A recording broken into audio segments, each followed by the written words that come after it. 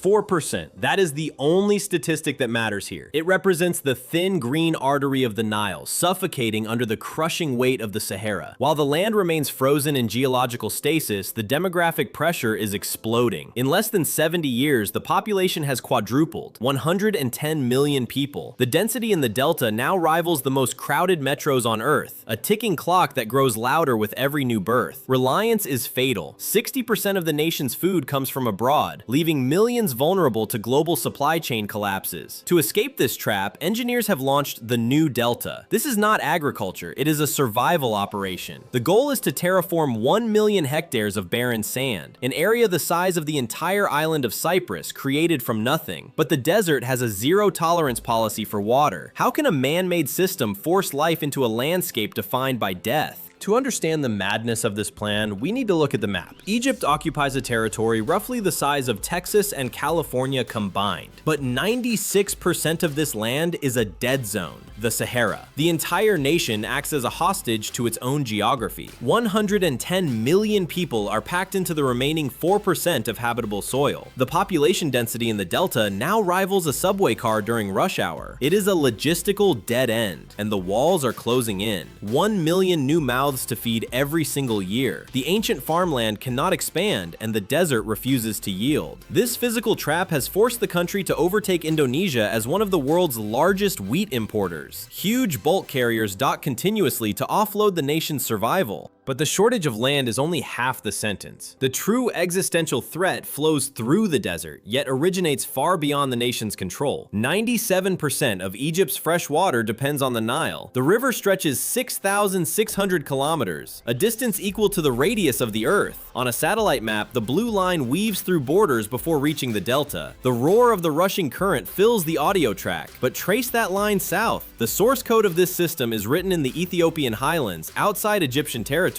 The upstream valve is in foreign hands. 110 million people are essentially renting their survival from neighbors who control the tap. It is a geopolitical chokehold. The water does not belong to them. While the source of the river remained under threat, engineers inside Egypt tried to squeeze existence out of what they already had. For 4 decades, the strategy was rigid conservation. Domestic waste and agricultural runoff, dark, chemical-laden streams, were captured, filtered, and pumped back into the earth. Simultaneously, massive desalination plants rose along the Mediterranean and Red Sea coasts. These facilities force seawater through membranes to strip away the brine, producing fresh liquid from the ocean. But physics dictates a harsh price. Desalination consumes a colossal amount of electricity. It creates water that is too expensive to dump on wheat fields. This is the technological ceiling. Recycling improves efficiency, but it does not create a single drop of new volume. It is a closed loop. The population exploded, but the water supply remained static. Small measures had been exhausted. To break the deadlock, the government authorized a project with a price tag of $8 billion.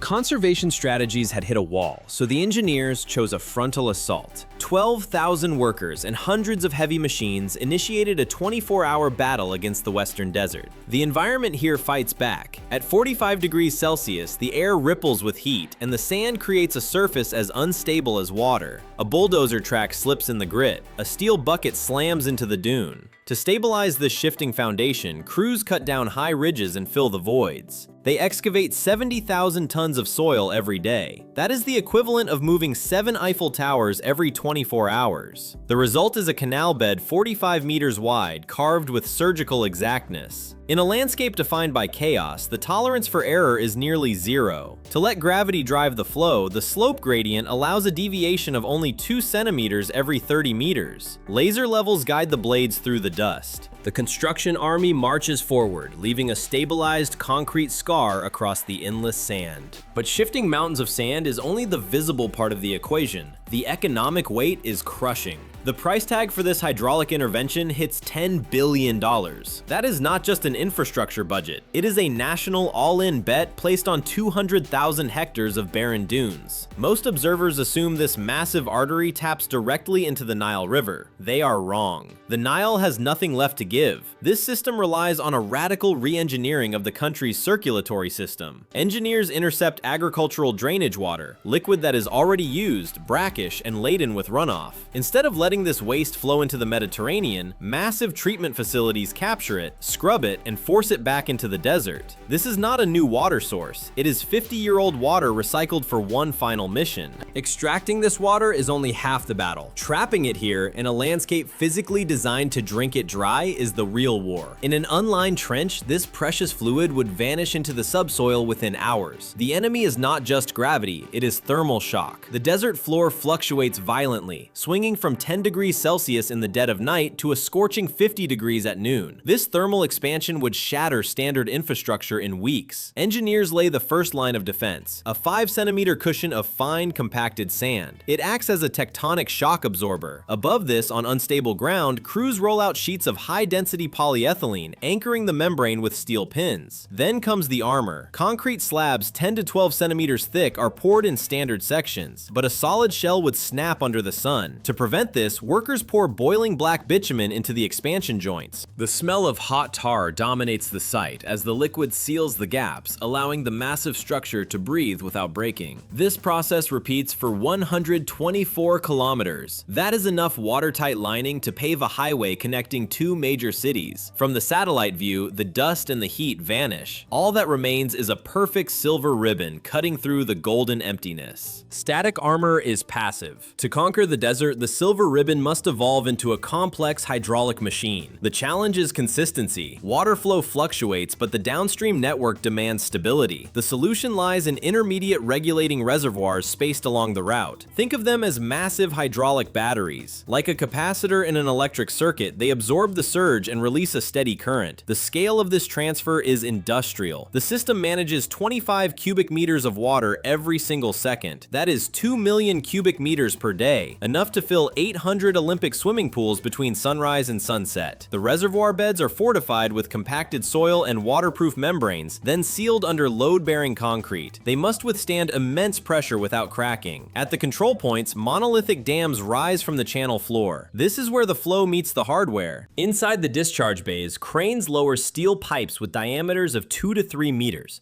Fitment must be perfect. Then comes the shift. The construction crews step back. The operators step forward. The gates are tested, and the chaotic rush of the river becomes a disciplined column. Water is no longer wild. It is engineered. The system locks in a throughput that allows zero deviation, 25 cubic meters per second. Crude concrete gives way to fine-tuned silicon. The water plunges into subterranean steel arteries up to 3 meters wide, shielding the flow from the punishing sun. Every welded seam undergoes ultrasonic testing, 0 leaks. Above, the desert is a chaotic furnace. Below, the system is cool, logical, and calculating. This is the project's hidden brain. Variable frequency drive inverters take over, adjusting the pump output with the precision of a Swiss watch rather than a sledgehammer. Thousands of pressure sensors act as eyes in the darkness, transmitting real-time telemetry to a distant command center. The network is live. The schematics promise a revolution, but the true test begins the moment static pressure turns into kinetic fury. The operator presses the start button. The pressurized column of water surges from the subterranean network, traveling hundreds of kilometers to breach the surface. Here, static pressure converts into kinetic precision. This is the center pivot system. A massive radial arm anchored at a central fulcrum begins its calculated rotation. High-velocity nozzles atomize the flow. The water strikes the superheated sand with a sharp hiss. Thermal shock. From the silence of space, the contrast is violent. The endless, monochromatic yellow of the Sahara is broken by perfect circles of emerald green. 200,000 hectares of dead dust are now under strict hydraulic control. These aren't just fields, they look like giant vinyl records scattered across the void, or the hands of a clock reversing time. The pivot wheels grind forward.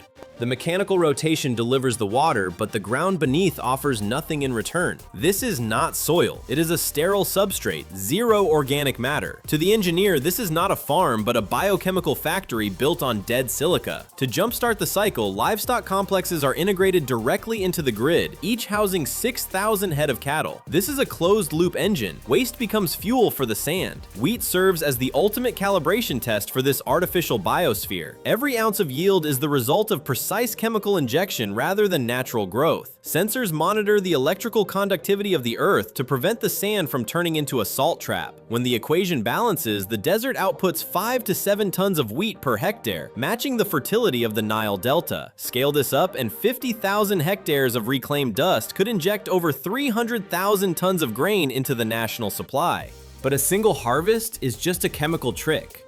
The true engineering challenge is to maintain this forced productivity without poisoning the land for 5 to 10 years. But this biological triumph comes with a punishing thermodynamic price tag. At 45 degrees Celsius, the desert air acts like a vacuum. It relentlessly tries to reclaim every drop of moisture sprayed from the nozzles. Millions of liters are in a constant race against evaporation. To win this race, pumping stations consume energy on an industrial scale, forcing water through the heat day and night. The margin for error is zero. Then there is the invisible killer, salinization. If the water evaporates too quickly, it leaves microscopic salt crystals behind in the sand, layer by layer, a white crust that eventually sterilizes the soil. The entire ecosystem hangs by a thread. One mechanical failure, 1 week without power, and the sand takes over again. Can this colossal life support system survive longer than a mere experiment? Egypt is not the first nation to declare war on the geography of North Africa. In the 1980s, neighboring Libya launched the Great Man-Made River, the largest irrigation project in history. The scale is industrial. Concrete cylinders with a diameter of 4 meters are lowered into trenches deep beneath the Sahara. Inside these empty tubes, an echo takes seconds to die down. The pipes are wide enough to accommodate a subway train. This system taps into the Nubian sandstone aquifer, ancient fossil water trapped for millennia. The Libyan approach is static and defensive. The entire network lies underground to eliminate evaporation, but the resource is finite. It is mining, not farming. When the aquifer empties, the pipes become a tomb. Egypt chooses a radically different engineering philosophy. Instead of hiding the flow, engineers carve massive open canals directly across the desert surface. The new delta is not a pipeline, it is a terraforming machine. Reinforced concrete trapezoidal channels stretch to the horizon. Regulating reservoirs stabilize the current against the chaotic desert winds. While Libya relies on gravity and pressure, Egypt relies on intelligence. Smart pumping stations adjust flow rates in real time. Sensors detect leaks or blockages before a drop is lost. This is an attempt to expand the habitable world, a shift from living along the river to bringing the river to the living. As climate shifts redraw the global map, this project sets the technical standard for 21st century survival. With water scarcity accelerating, the only question remaining is, which nation will be the next to bet its entire economy on conquering the sand?